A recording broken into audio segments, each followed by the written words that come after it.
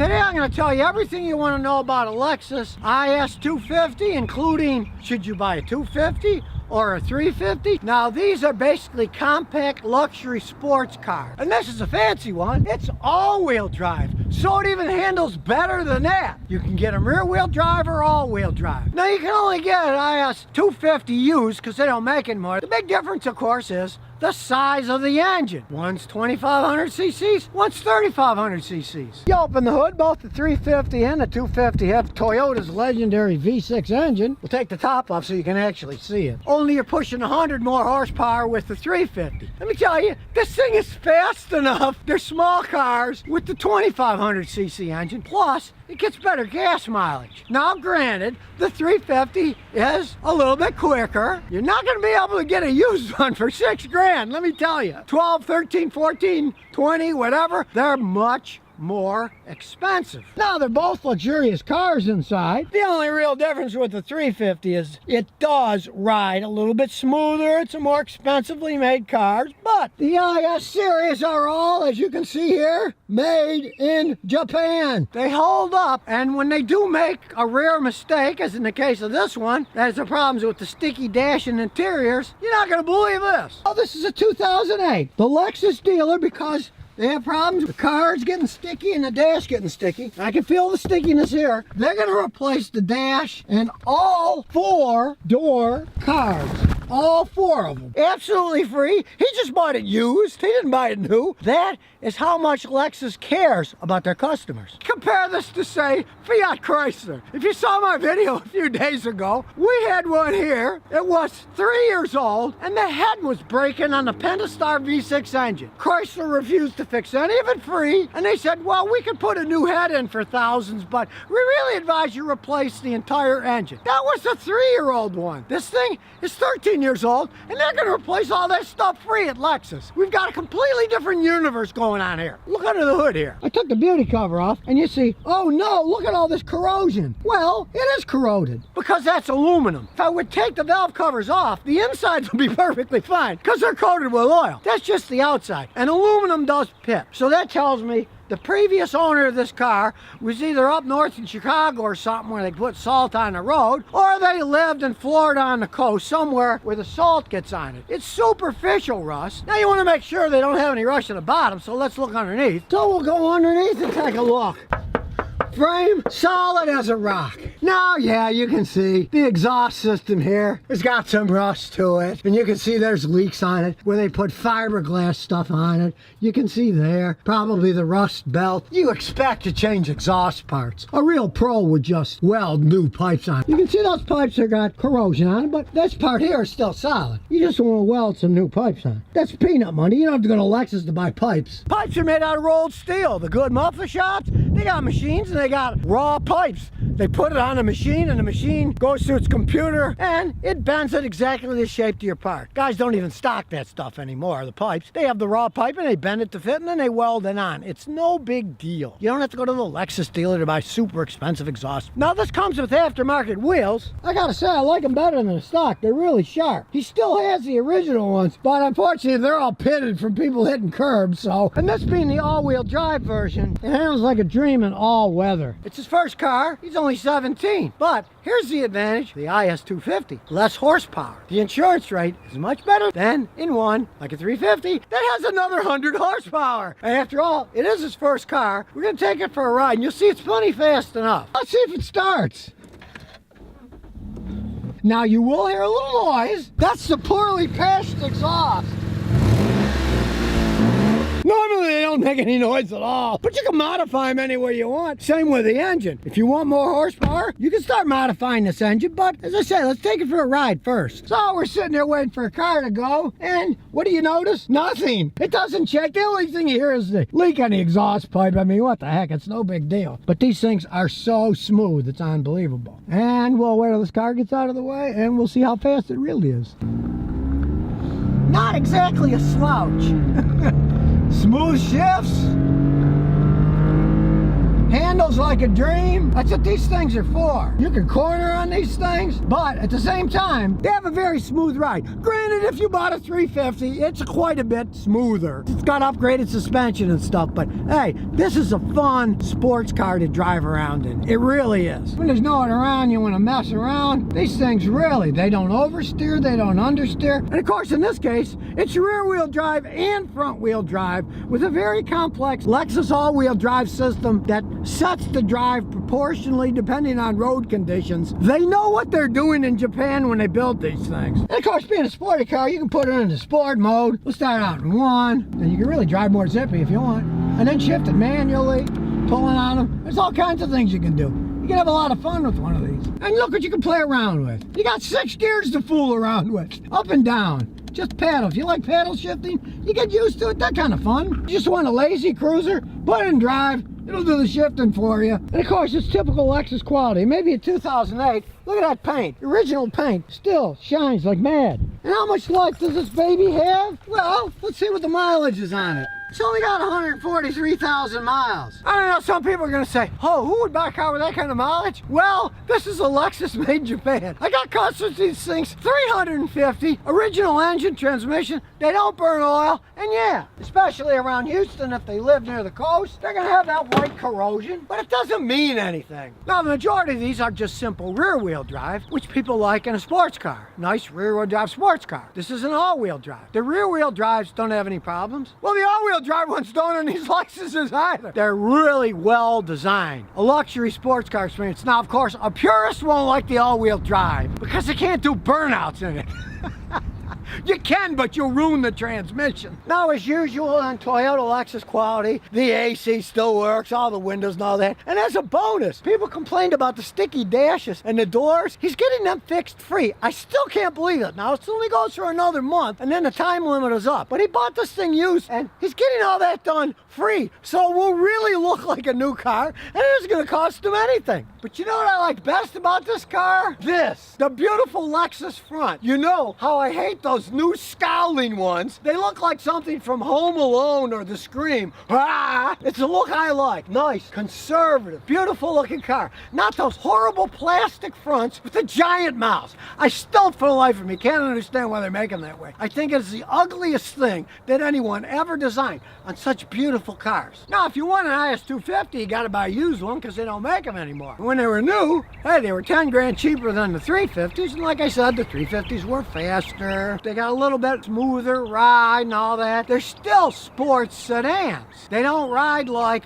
a regular sedan. Wheelbase is different. They're made for better cornering. Of course, they're not going to ride as smooth. That's just the way that it goes. Now, if you do buy a brand new IS350 2021, they start, and I mean start, at $39,000. He paid $6,000 for this. Not just the car and the way it looks, but my wallet is much happier with $6,000 for a car that still might last another 10 or 15 years versus $39,000. And of course, that's only the beginning. Check out what your insurance is going to cost you on a brand new one. It isn't going to be cheap like it is on this one. The insurance is going to be wazoo. The car gets stolen, something happens, they got to pay the car note off. It's $39,000, so you're paying for all that too. Now, this may be a 13-year-old car, but the paint's still immaculate. Other than the bumper that has been retouched, they didn't do such a good job. That's peeling up, but look at the rest of the car. Really? No dings? The wheels have been replaced, so they're not pitted. The original ones are pitted, but that's the driver's fault for running into stuff. Now, I know a lot of people say, never buy a used luxury car, and never, ever, ever buy a used luxury sports car. Now, in many cases, that's true. But in the case of this Lexus IS250, it's not true at all. They're so well made. Where else are you going to find a company that on a 13-year-old car is going to give you all new interiors absolutely free? Nobody else does anything like that because they care about their customers. Now, if you're like me, you take advantage of other people. You let someone else spend the 40 grand on a new Lexus, then wait till it's older and get a deal, because that is the best deal. You get a car like this, $6,000. You can't beat a deal like that if it's a good car and it was taken care of, and this one was taken care of. Sure, that probably came from up north. But even back in 2008, Lexus was putting anti-rust stuff on their cars so that you don't see the fenders rusting out like you would on a Ford or on a Chrysler or on a GM. No, because they built them right in the first place. So if you're looking for a fun, and in this case, very inexpensive, you can find one like this for $6 grand. Hurry up and buy it before I find it and snatch it up. It's a 2005 RL all-wheel drive, and since it has a lot of aluminum parts on it, it's actually held up quite well, even here up north. He bought it used, and it's not rotting away. It's got so many aluminum frame parts and other parts that are aluminum. They're not the rust buckets that older Japanese cars often were. The interior, still in pretty immaculate shape, really, even though it has 198,000 miles on it. Listen to that engine. It's still purring away. And you know why it's still purring away? Yeah, they make good engines, the Honda Motor Company, but this guy's smart. He changed the timing belt himself and adjusted the valves. You have to adjust the valves on these things. And you have to change the timing belt, because if it breaks, you can say goodbye engine. They're interference engines. But that said, he did it all himself. You can work on these cars. It's not like they're not workable. Parts aren't all that expensive. You get a beautiful sounding car like this for a fraction of what they cost new. I mean, really, look at the car. He paid $4,500 for this beauty. Now, in the past, yes, it probably would have been a rust bucket. But like I said, these have a lot of aluminum parts. Look under. Do we see rust and corrosion? No, we don't. Interesting enough, this has a carbon fiber drive shaft going to the back too, because it's all-wheel drive. Now, if you know me, I'm not a big fan of all-wheel drive because I don't live in places where you need it. Up north in the snow, it comes in real handy. They can cost a lot of money to repair, but it's an Acura. It's a Honda product. They are well made. Rarely do the all-wheel drive systems go out on these things. Honda designs them and builds them right. Now, he stuck the Brembo sticker on, but it has 4-pot Brembo brakes. It just says Acura because that's how they built them. And as you can see, back seats are good too. The leather's still good and there's a lot of room. These are very comfy cars. And check it out, the electric shade in the back still works. Quality manufacturing. Let's take it for a spin. Got a lot of miles, but hey, it rides a lot better than the Tesla Model Y that I just tried out. It still handles like a dream. It doesn't matter that it's got mileage on. These cars are well built. You can barely feel the transmission shifting. There we go. Let's see how this thing takes off. Hey, listen to that engine. Sounds sweet. The shifts are smooth.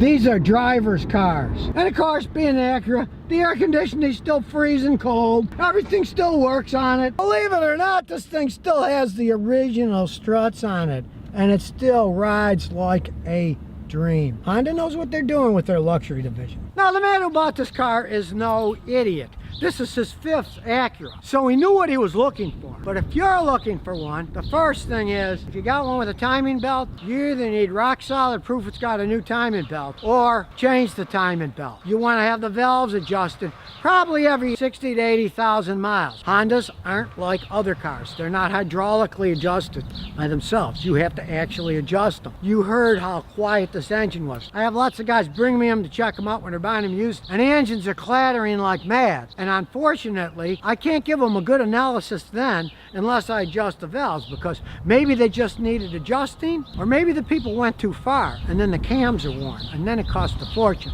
So that's one thing you want to watch on these cars. Now, if you've got one with these fancy swiveling lights, check it out. They follow the road. You want to make sure they work too, because they cost a small fortune. Of course, if you don't care, you can always put aftermarket headlights on. The Chinese make everything, and for a couple $100 a piece, you can get good replicas that don't have the motion involved in them if you don't want to go that far. But they're so well made, this thing's still working. No, it's a quiet car, but it was designed that way. Look at the air dams. These are all made to reduce windshield noise. Everyone hates a car with a whistling windshield. That stops it. They were all designed with the perfect airflow. That's why these cars are so quiet. They were designed correctly. Was this one built in Japan? Like I say, you want a Japanese car? Get one made in Japan whenever possible. Now, granted, many Acuras aren't made in Japan anymore, but the RLs are, and they're excellent vehicles. You learn which are good, which are bad. Look for the good ones. You can get a fantastic deal if you spend a little bit of time, and don't get scared off. Most people would say it's got 190,000 miles on it. Oh, I don't want that. One of these that's been taken care of. He's now the 3rd owner. The original owner had it most of the time. Then a guy had it for a couple of years, and then he just bought it from him. They can last a really long time. You don't have to worry about